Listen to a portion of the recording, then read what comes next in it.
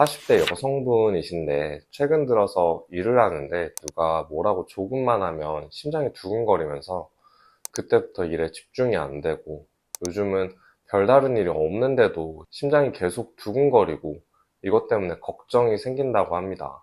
이분은 불안장애 증상으로 내원을 하신 케이스인데요. 지난번에 제가 실제로 성인이 돼서 ADHD를 진단을 받고 어떻게 극복했는지에 대한 영상을 올려드렸었죠. 오늘은 불안에 대해서 이야기를 해보려고 합니다. 저는 진료를 하기 전에 여러 가지 문진표를 작성을 하게끔 환자분들께 부탁드리는데, 사실 이게 되게 시간도 굉장히 많이 걸리고 저도 이거를 체크를 하는 게 조금 에너지를 써야 되는 일이거든요. 근데 이런 과정이 꼭 필요해서 좀 시행을 하고 있는데, 이때 많은 자율신경실조증 환자분들께서 불안이라는 증상이 있다고 체크를 하세요. 그리고 실제로 이런 불안감 때문에 가슴이 두근거리고 잠도 안 오고 이런 증상이 진정이 잘 되지 않아서 일상생활이 힘들다는 얘기를 많이 하십니다. 불안이라는 게 우리 건강을 해치는 나쁜 감정일까요? 아닙니다. 누구나 불안할 수 있고요. 불안하지 않으면 오히려 이게 비정상적인 상태입니다. 저도 불안이라는 감정을 때때로 느낍니다. 실제로 뇌의 전두엽이 손상되거나 치매, 혹은 반사회적 인격장애를 가진 사람들은 이 불안이라는 감정을 전혀 느끼지 못합니다. 그런데 왜 이런 불안 때문에 힘들어하시는 분들이 있는 걸까요? 불안이 뭐길래 우리를 이렇게 괴롭히는 건지, 그리고 ADHD를 극복했던 제가 불안이라는 감정을 어떻게 대처하는지 그 방법을 알려드리려고 합니다. 불안이 뭐냐면 미래에 대한 불확실성, 그러니까 나중에 어떤 일이 일어날지 알 수 없을 때, 혹은 외부에서 나를 위협하는 외부 위협 인자를 인지할 때 나타나는 감정적인 반응을 의미합니다. 불안이라는 감정을 느꼈을 때 사람들은 보통 두 가지로 반응을 합니다. 첫 번째는 불안을 동기로 삼아서 이걸 극복해서 발전하려는 경우입니다. 실제로 대기업의 리더들을 비롯한 사회적으로 성공한 많은 사람들이 실제로 걱정과 불안이 일반인들에 비해 현저히 높다고 합니다. 그런데 이분들은 이 불안을 굉장히 긍정적으로 이용해서 오히려 자기 발전에 사용한 것이죠. 반대로 두 번째는 불안이라는 걸 무서워해서 아예 회피해버리는 경우가 있습니다. 이 영상을 보고 계시는 분들은 아마 대부분 두 번째 케이스에 해당되지 않을까 싶고요. 1번 케이스이신 분들은 불안에 대해서 걱정을 아예 안 하시기 때문에 사실 이런 영상을 보시지 않겠죠. 이런 분들을 위해서 제가 불안에 대처하는 두 가지 방법을 이따가 제시를 해드릴 거고요. 그리고 불안에 대처하는 게 점점 익숙해지시면 나중에는 이 불안이라는 감정을 이용해서 더 동기부여를 받고 더 발전할 수 있게 되실 거라고 생각합니다. 저도 처음에는 불안하면 막 그냥 무섭고 피하고 싶고 실제로 문제를 덮어놓고 회피해버리곤 그랬었는데요. 불안이 지나치면 두 가지 반응이 나타납니다. 첫 번째는 신체적 반응인데, 예를 들면 가슴 두근거림과 같은 빈맥 증상이나 어지럼증, 현기증이 나타나기도 하고요. 숨을 가쁘게 쉬는 과호흡 증상, 또 역류성 식도염을 비롯한 속쓰림, 근육긴장, 소화불량, 다한증, 수족냉증, 끝이 없죠. 이런 증상들은 사람마다 다양하게 나타나고 또 한 가지가 아니라 여러 가지가 섞여서 나타나기도 합니다. 두 번째는 정서적 반응인데, 한 번 불안이 생기면 지속적으로 걱정을 하고 또 두려워하기도 하고요. 이런 생각을 끊임없이 지속합니다. 불안하니까 스트레스를 받고 다시 또 불안해지고 또 더 안 좋은 생각을 하게 하고, 이렇게 악순환이 반복되는 것입니다.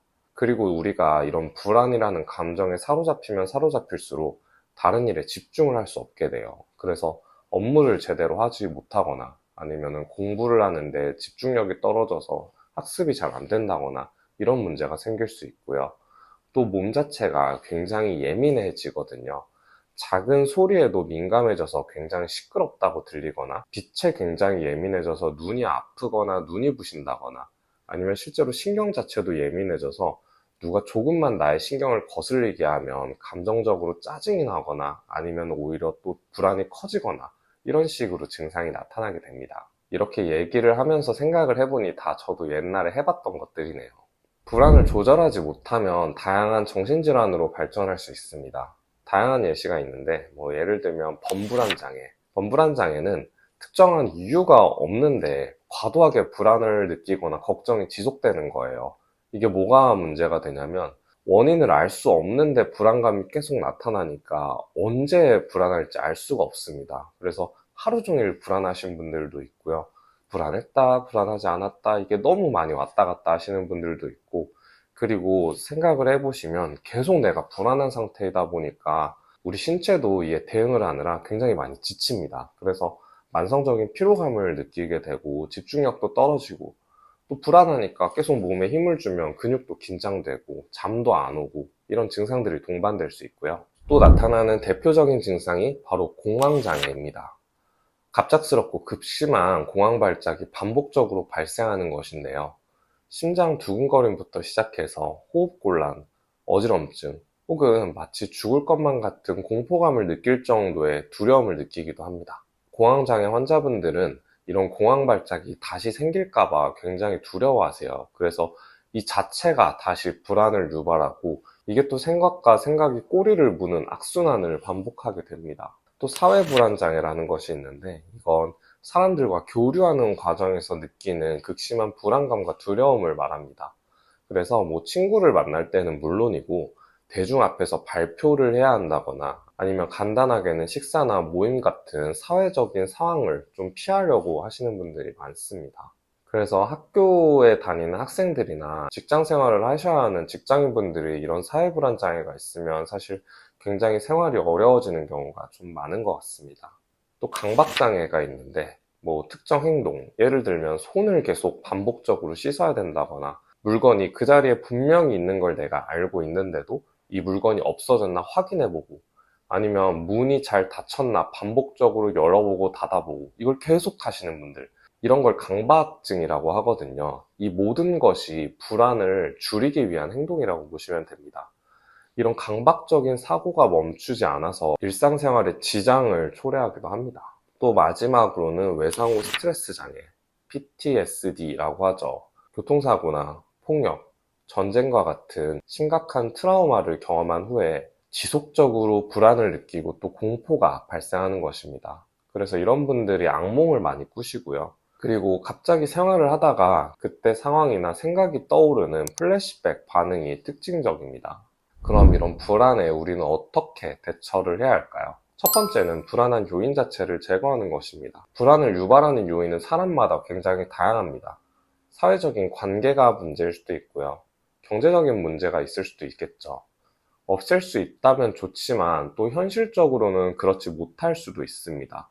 그래서 이때는 어떻게 해야 되냐면 내가 불안이라는 감정을 느낄 때 만약에 이걸 유발하는 요인이 분명히 있다면 첫 번째로 불안한 원인이 뭔지 정확하게 파악하는 것입니다. 이걸 생각만 하지 마시고 한번 글로 써보시는 게 좋거든요. 그렇게 글로 적다 보면 아, 이런 것들이 있을 때 내가 불안하구나.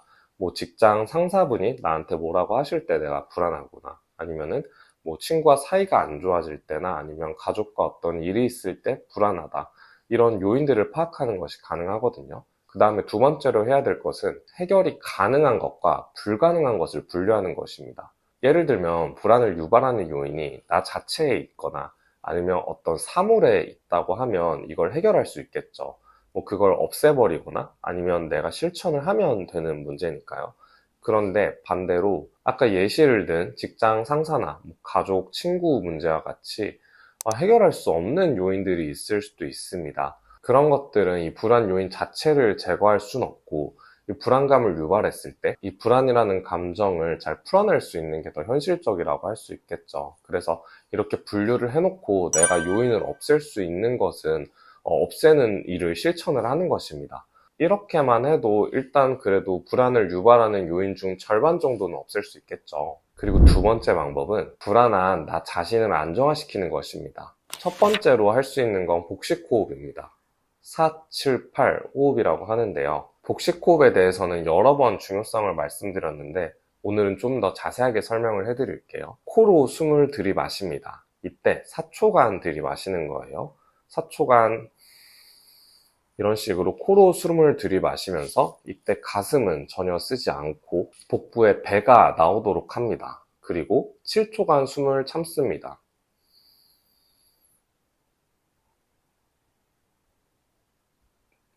그리고 7초간 숨을 참은 후에 8초간 숨을 내쉬는 거예요. 후, 이렇게.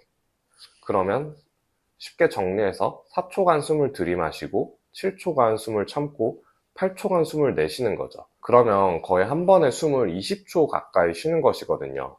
이런 호흡 자체만으로도 부교감 신경을 활성화시켜서 불안할 때 혹은 예민한 나 자신을 안정화시키는데 굉장히 많은 도움이 됩니다. 그래서 불안한 감정이 들려고 할 때 이렇게 478 복식 호흡을 꼭 해보시고요. 두 번째로는 이렇게 예민하신 분들은 카페인이나 알코올을 절대로 섭취하시면 안 됩니다. 카페인과 알코올은 모두 우리 몸을 각성시키는 작용을 하는데요. 이걸 다시 표현하면 우리 몸을 더 예민하게 만들고 더 흥분하게 만들어서 불안이라는 감정을 더 증폭시킬 수 있기 때문입니다. 불안할 때는 물론이고 또 내가 평상시 불안하지 않은 상태에서라도 이렇게 내 몸을 예민하게 만들 수 있는 음식들은 꼭 피하시는 게 좋고요.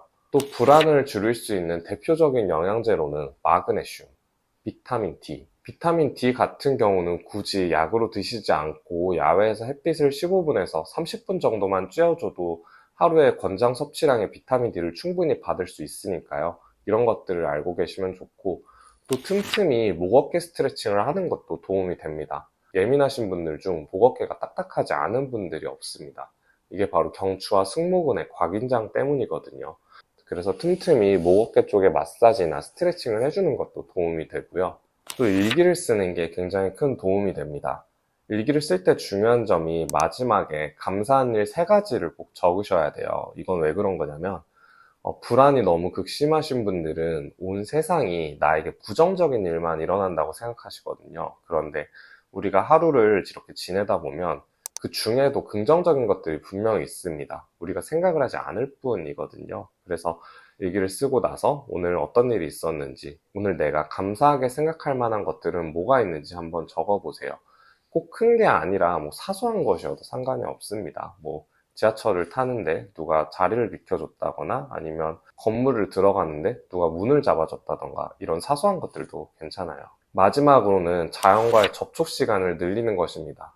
현대인들은 대부분 실내 생활을 많이 하시죠. 이때 생기는 문제는 일단 뭐 앉아서 생활을 하시니까 좌식 생활을 많이 하시고 또 햇빛을 잘 못 보고 폐쇄된 공간에서 생활을 지속하게 됩니다. 이런 생활 자체도 우리 신경을 굉장히 예민하게 만들어요. 그래서 일을 하시거나 공부를 하실 때 힘들면 바깥에 나가서 잠깐 바람 쐬고 오자 이렇게 많이들 하시고 그렇게 하고 오면 기분이 좀 좋아지시잖아요. 우리가 햇빛을 보는 것만으로도 기분이 좋아지고 우울한 감정이 줄어들고 생체 리듬도 개선이 됩니다.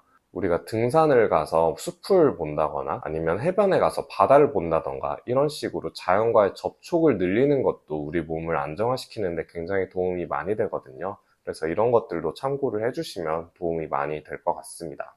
불안이라는 게 막연하게 느껴지면 느껴질수록 이게 대체 뭔지 알 수 없다는 두려움이 생기게 됩니다.